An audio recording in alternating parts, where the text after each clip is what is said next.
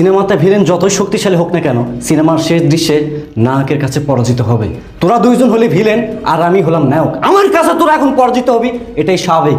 এই তুই কি ভেবেছিস আমি কিছুই জানি না? আমি সব জানি। তোর মনে একটা বার প্রশ্ন থাকলো না আমি কেন হুট করে অফিস থেকে চলে আসছি? আমি আসছি শুধুমাত্র তোদের দুজনকে হাতে নাতে ধরার জন্য। তার মানে তুমি কি বলতে চাও? কি করেছি আমি?